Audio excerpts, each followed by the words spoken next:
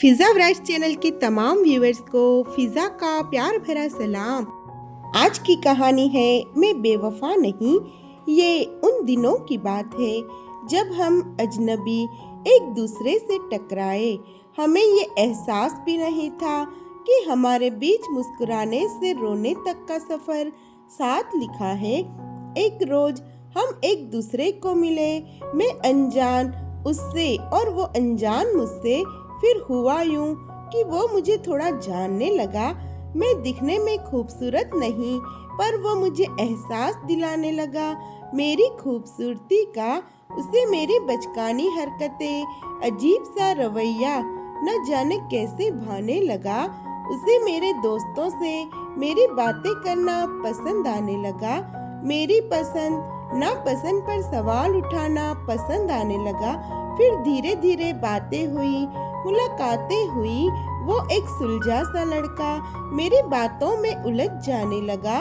उसका मासूम सा चेहरा, मुझे लेकर उसका रवैया, मुझे देखकर उसका मुस्कुराना, मेरी बेवकूफ़ों वाली बातों को बिना सवाल के ही मान जाना मुझे भी पसंद आने लगा। ये बात उन दिनों की है जब हम दोस्त हुआ करते थे। धीरे धीरे समय बीतता गया, उसे मुझे वो पसंद आने लगा।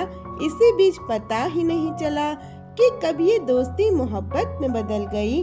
वो मुझे बहुत अच्छा लगने लगा। मुझे उसका किसी और से बोलना न जाने क्यों दुख देने लगा। उसका मुझे मनाना इतना पसंद आने लगा कि मेरा बात बात पर रुठने को दिल ललचाने लगा। अब हमारी कहानी यूं ही चलती रही। वो अपने घर का लाडला बेटा मेरे आगे सर झुकाने लगा, मेरी गलियों में आने जाने लगा। वो अपने घर का सीधा साधा सा लड़का मेरे खातिर आवारा कहलाने लगा। फिर यूं हुआ, कहते हैं ना, रास्तों पर चलोगे तो मोड़ आने तय है।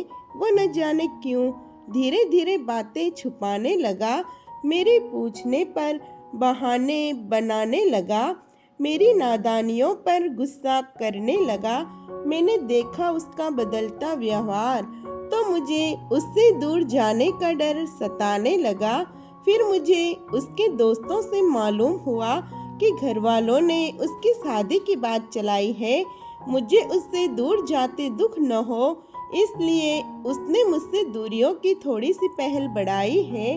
ये बात जानने के बाद मैंने उसे कभी दुखी नहीं किया। उसने जो कहा मैंने मान लिया। फिर अचानक मेरे घर मेरे रिश्ते वाले आते हैं और मैंने उसके बारे में सोचा कि उसे बिछड़ने का दुख है।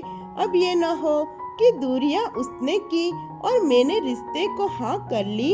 इससे उसे दुख तो बहुत हुआ, लेकिन अब मेरी यही दुआ है वो हमेशा खुश रहे। और उससे कोई मिले तो बताना ज़रूर, मैं बेवफा नहीं, मैंने बस बेवफा का किरदार लिया है। इस कहानी से हमें ये सीख मिलती है दोस्तों कि हमें किसी को भी उसकी मजबूरी जाने बिना उसको गलत नहीं समझना चाहिए। हर कोई बेवफा नहीं होता, बस मजबूरियों की वजह से बेवफा बनना पड़ जाता है। जैसे पायल ने अपने प्यार को खुश करने के लिए खुद को बेवफा बना लिया, ऐसे ही बहुत से लोग मजबूर हो जाते हैं। तो दोस्तों, ऐसे ही और इंटरेस्टिंग कहानी सुनने के लिए मेरे चैनल फिज़ा ब्राइट्स को सब्सक्राइब कीजिएगा